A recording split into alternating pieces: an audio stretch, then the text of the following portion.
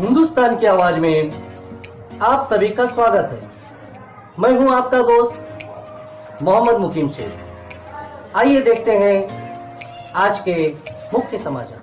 देखिए, आज हमारे साथ में है मुंबई कांग्रेस सेवा दल के अध्यक्ष सतीश मनचंदा जी, और हम इनसे जानना चाहेंगे कि भारत की और महाराष्ट्र की जो राजनीति के ऊपर जो पूरे देश की नजर है, अंधेरी पूर्व विधानसभा का चुनाव, क्योंकि इस समय शिवसेना दो पार्ट में बढ़ गई है और भारतीय जनता पार्टी ने अपना उम्मीदवार पीछे ले लिया है।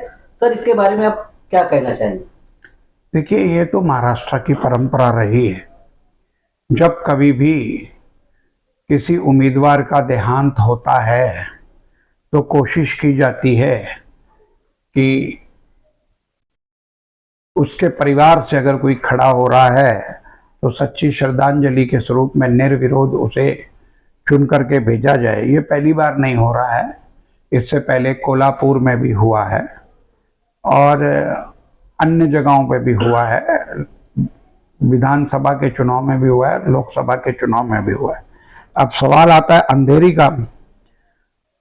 अंधेरी के चुनाव में जो एक विशेष चीज देखने को मिली, अगर आपने चुनाव नहीं लड़ना था, आपने शिंदे को ढाल बना करके प्रभु रामचंद्र के धनुष्मान को क्यों छीन लिया?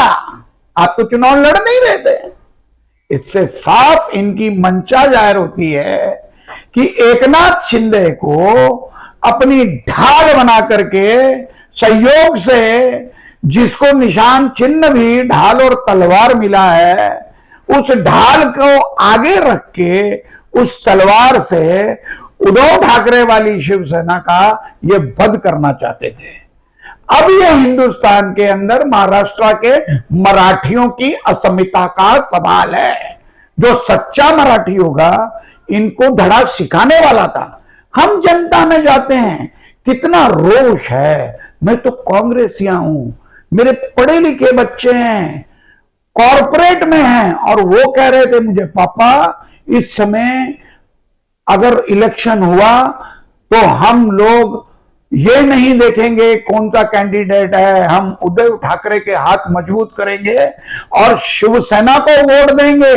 इसलिए नहीं कि हमें कांग्रेस से कोई चीज की तकलीफ है, इसलिए कि गद्दारों को सबक सिखाना है।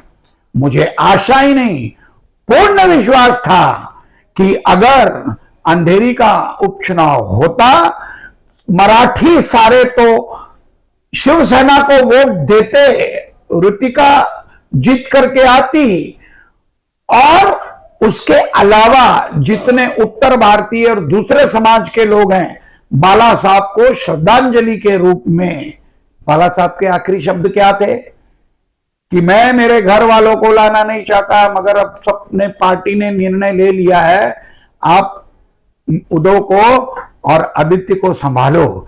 अगर बाला साहब को सच्चा हिंदू श्रद्धांजलि देना चाहता है तो वो शिवसेना को वोट देगा।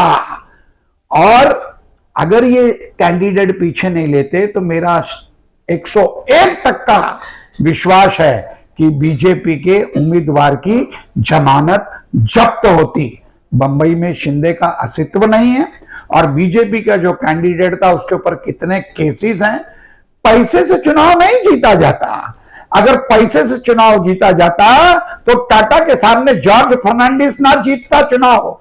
इतिहास को याद करिए।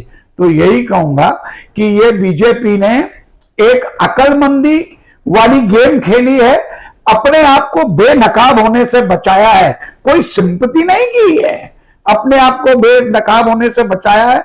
हम उनके निर्णय का स्वागत करते हैं।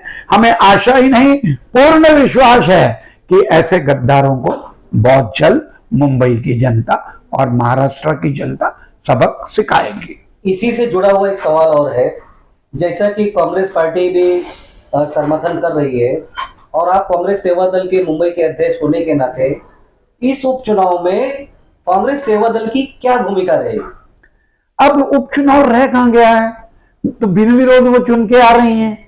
अगर चुनाव होता तो हम महाविकास आघाड़ी की ऋतुका लटके जो हैं वो महाविकास आघाड़ी की उम्मीदवार थी, तो नेचुरली है, अगर भाई जगताप ने उनको समर्थन दिया है, नाना पटोले जी ने उनको समर्थन दिया है, तो सेवा दल उनसे आगे थोड़ी जाएगा। सेवा दल अपने अध्यक्ष के साथ कंधे से कंधा मिलाता और रितिका जी को जुटा करके लेकर के आता, इसमें कोई दो राय है ही नहीं।